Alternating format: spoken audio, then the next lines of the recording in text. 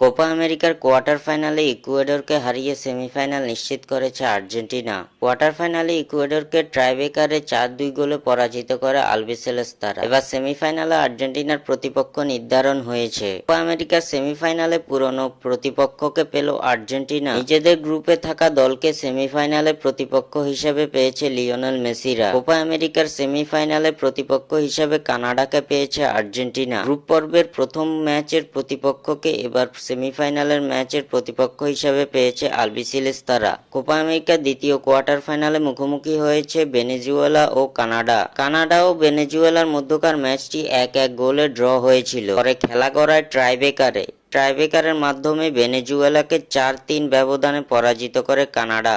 Copa আমেরিকায় দ্বিতীয় দল হিসেবে সেমিফাইনাল নিশ্চিত করেছে কানাডা। সেমিফাইনালে আগামী 10 জুলাই বাংলাদেশ সময় ভোর 6টায় মুখোমুখি হবে আর্জেন্টিনা বনাম কানাডা। উল্লেখ্য, এর আগে কোপা আমেরিকার গ্রুপ পর্বের লড়াইয়ে কানাডাকে 2-0 গোলে পরাজিত করেছিল আর্জেন্টিনা।